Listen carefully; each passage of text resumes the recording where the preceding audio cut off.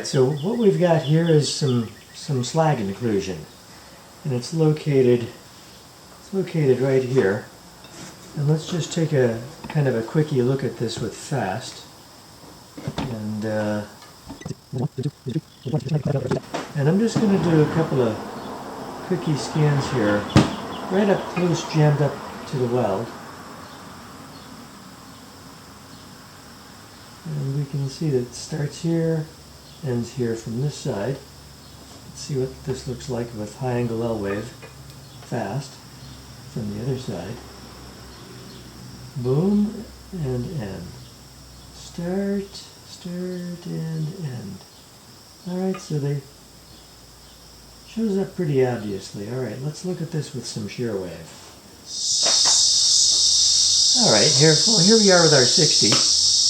And I've recalled that cow. I checked it. I set the gain to the 4/10 deep sagittal hole for this 1/2 inch thick scoop on. Actually, 505 wall. Well, I could just go ahead and show. Here's the closest hole that I have to 1/2 inch thick would be the 4/10 hole. And I'm going to bring that back down to reference. It's about 50% screen height.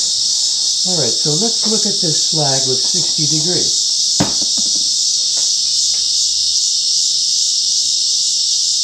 And I think I pick it up best here, in the middle of the second leg. And I think that's pretty good the way I have it right there. I'm going to go ahead and add 6 dB momentarily and freeze that. I think I've peaked up on it.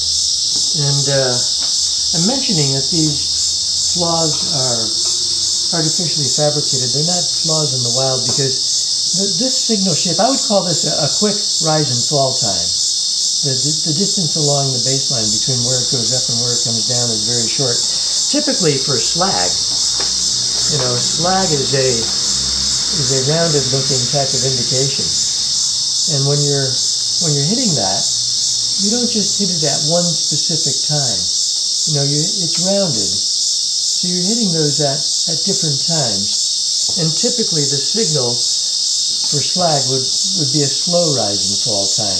Down at the baseline here, this would be wider. That would be more typical of what a slag would look like. But this slag here, this is what we do have. And I'm going to call this, let's see, the deepest spot from this side. I'm going to write these numbers down. And I gotta reacquire this because I didn't make a note of the surface distance on the part. So I'm going to unfreeze and go ahead and go in here and reacquire this.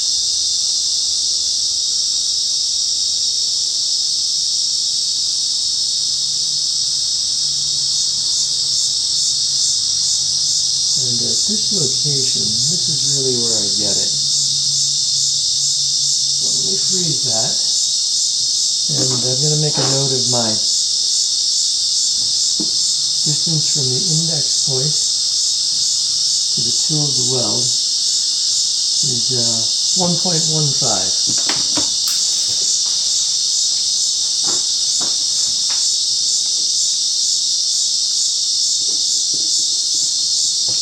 And let's see, we got a sound path of 1.72. The surface is 1.49.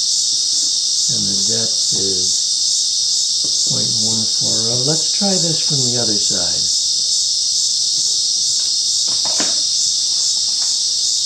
And unfreeze that.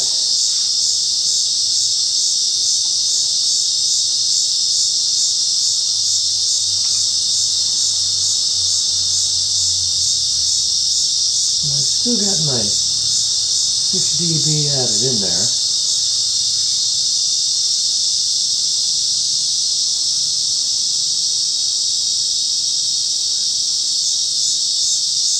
And I'm going to freeze that, and I'm going to hold that there. I don't want to lose that.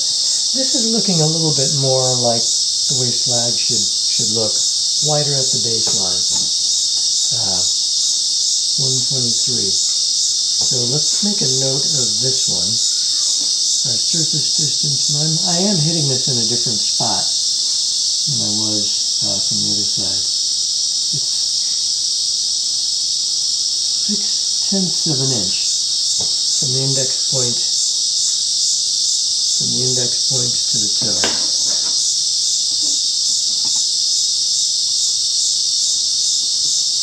And with the sound going in this direction, our sound path is 1.75. Our surface distance is 1.5. Our depth is 0.123. All right, let's go ahead and look at this with a 45.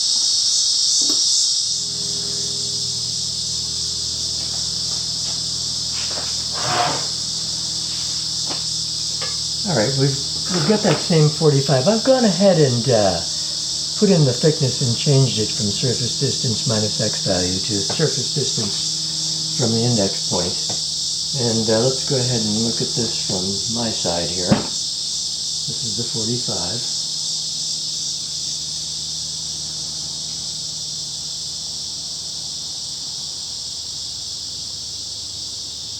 Alright, so I think I'm bouncing into it. I'm going to add 6 dB. And I think this is the way slag typically looks, with a slow rise and fall time. I can go ahead and add another 6. And I'm going to go ahead and take some data on this. And I'm going to freeze that. And I'm going to measure the surface distance from the index point to the toe of the weld. And I get 6/10 of an inch.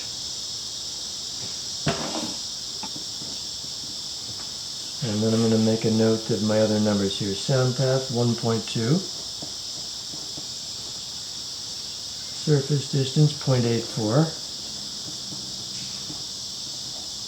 Depth 0.17. And let's try this from the other side. But this is a good picture to have in your mind of the way slag should look. Let's try this from the other side. Unfreeze.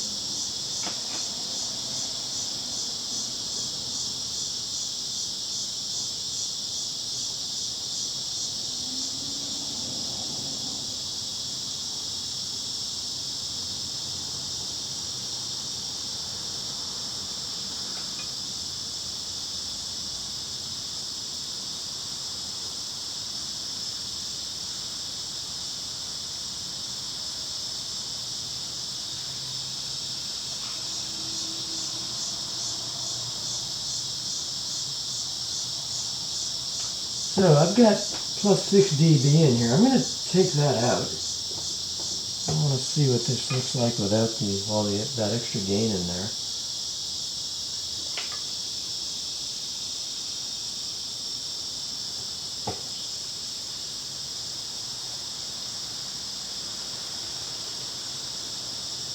All right, so I think I'm on it now. And I'm going to go ahead and add 6 dB. I think that's probably enough. And I've been noticing with all my angles that when I peek up on this, over on this end of the flaw, it's got a very fast rise and fall time. But I'm going to go ahead and take some data on this spot. And I'm going to say I'm peeked up on it right there. I'm going to freeze that. I'm going to measure my surface distance to the X value, index point to the weld toe. I'm in way close now. It's 0.3 inches. And let's see, sound path is 1.0. Surface distance is 0.72. And the depth is 0.288. The depth is 0.3. All right, let's go ahead and go in and do some indication plotting.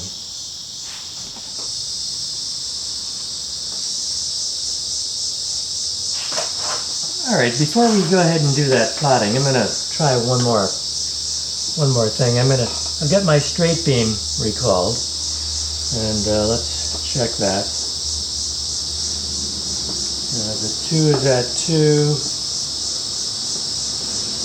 the 5 is at 5, that should be good to go. The material is 505. Alright, I'm going to get, this weld happens to be very smooth, and I'm going to get right on top of the weld. I think the slag is more towards this side of the weld, and I'm going to see if I can detect that. And I'm just going to use the amount of gain that I would normally have doing straight beam. So I'm going to go to an unflawed area, bring it to 80% screen height, and add 6 dB. This is what I think is a good amount of gain for straight beam scanning. And when I'm off the flaw, I just have a little thicker than full wall. But when I get on the flaw, this signal pretty obviously comes up. And that's got to be our slag. It's got a very long rise and fall time. And what's our depth to the top of that flaw? Let's bring that to 80%. Try that again. Auto 80. Come on. Oh, I see, it's auto 80ing the other signal. So I'm going to add 6. Get that up to about there.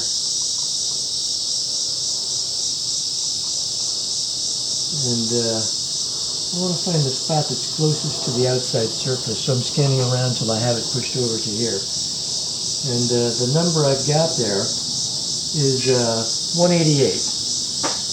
Let's see, 188. And the weld crown thickness is about 25 thousandths. So I'm going to say it's 163 to the top of the flaw. I think that's my best bet for finding the top of the flaw. And then let's look at our little sketch here. So the weld crown is 25, so I'm going to say that from this top surface here down to the top of the flaw is 163. And then I'm going to look at my other data, my angle beam data, and find the one where I bounced into it at the deepest spot. And that was with the 45 from that side. So from down here I was able to bounce into that, and that was 3/10 of an inch deep. So let's go ahead and plot this up using those two numbers. 3/10 deep with the 45 and 163 deep with the straight beam. Now let's switch back to plotting.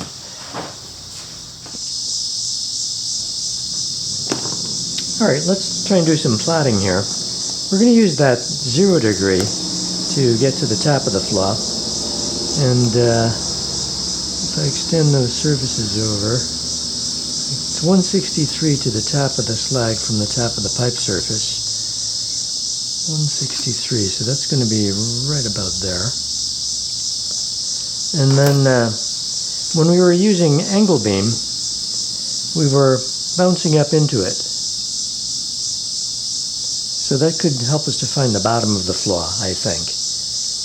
And where we found that the deepest was with the 45 degree with the sound coming this way. So our index point was 0.3 inches from the weld toe. Here's the weld toe, because we were on this side shooting this way. Okay, 0.3 inches from there. Our index point was right there, and our sound path was 1 inch. Excuse me. I want to be coinciding with this line. 45 degrees, 60 degrees, 70. We're using the 45. So we're going to bounce off the inside surface at about 255, 7.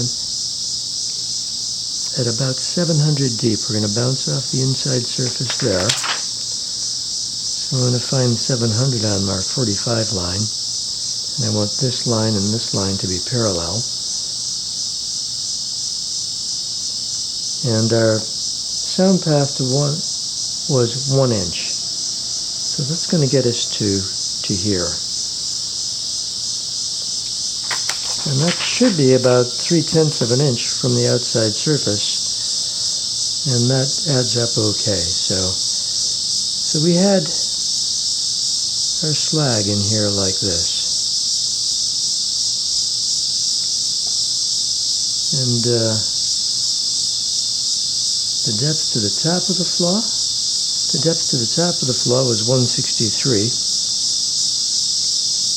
And the depth to the bottom of the flaw was 300. So our flaw height